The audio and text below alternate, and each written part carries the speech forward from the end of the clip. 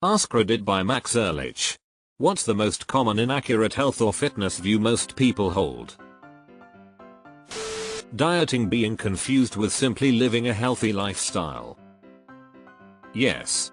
If your diet is something you hate and can't imagine doing for longer than whatever period of time you've set for yourself, it's not going to work. You'll just revert back to whatever problems you were having pre-diet. Much better to make incremental lifestyle changes that you can sustain. If working in physical therapy has taught me anything, it's that an alarming amount of people have never worked out in their lives and have no idea that muscular soreness is normal after exercising. Also, soreness and pain are not the same thing. I love muscle soreness from exercise. It's such a good pain, it feels healthy and like I've accomplished something.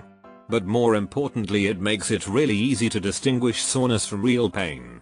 The amount of people who don't know the difference between oof that muscle needs to warm up and nope, not supposed to bend that way is wild.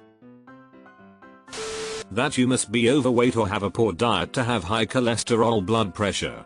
My mother was the healthiest, most active person I knew. She never topped 110 pounds in her entire life, and her cholesterol was always atrocious. Both her parents had that problem and passed it on to her. Genetics. On the flip side, my fat ass inherited my mom's amazing genes, and my cholesterol, blood pressure, and all the rest of my blood work is pristine, even in my mid-40s. Baffles doctors every time. Rest days are setbacks. They most certainly are not. Your body needs to rest every now and then. My trainer is so good about emphasizing rest days that I now have such a healthy outlook on them. I'm all proud of myself when I rest. Think it's difficult if you grew up with these negative impressions of resting and not running until you threw up meant you weren't trying.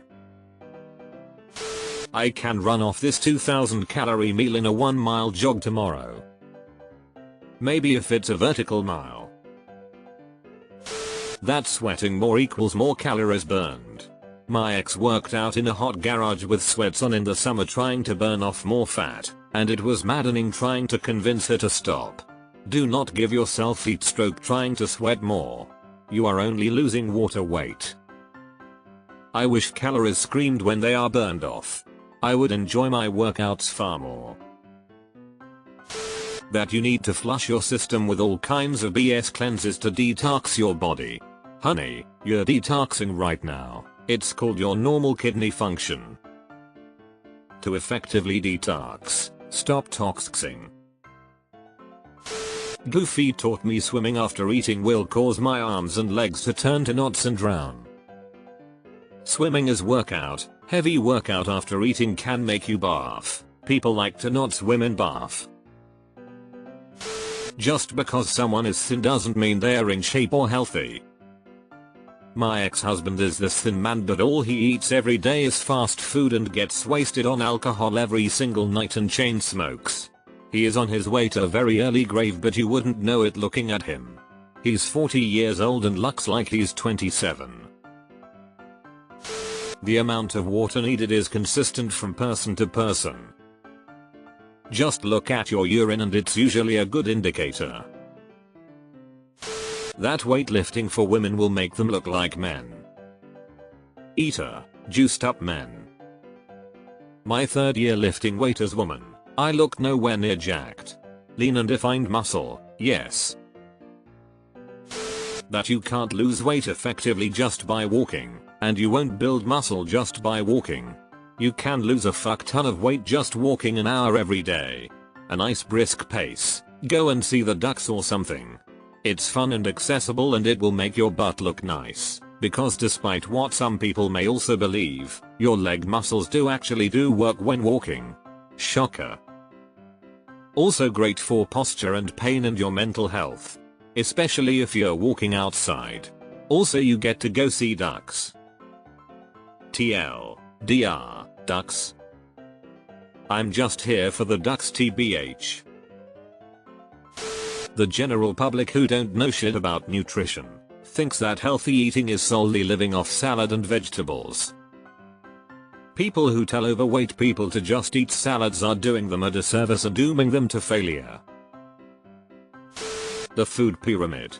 Not it at all really. Also, some people don't believe in germs still. Germs. I shouldn't be having these 8 bowls of cereal per day, huh? That there is no magic weight loss drug. In reality there is one. It's called meth.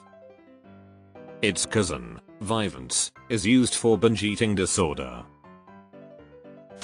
That running is blankety bad for your knees.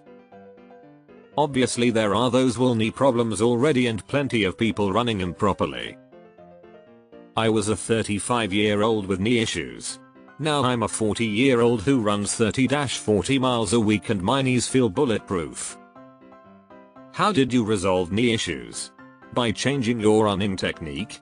Getting better running shoes?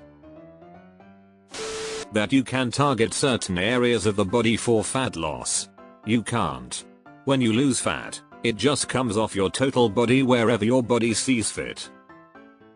It always seems to come out of my boobs first, which doesn't seem fair. That you can look like most Instagram fitness models YouTubers. The reality is most of these people, especially guys, are on some sort of steroid gear, TRT being the most common. Also their pictures are not raw and typically taken after getting a pump with perfect lighting. I highly recommend not comparing yourself to these people. It can definitely affect your self-confidence when it comes to your fitness goals. Doesn't even matter regards peds. With peds, they're an unrealistic goal. If they are 100% natural, they're also an unrealistic goal.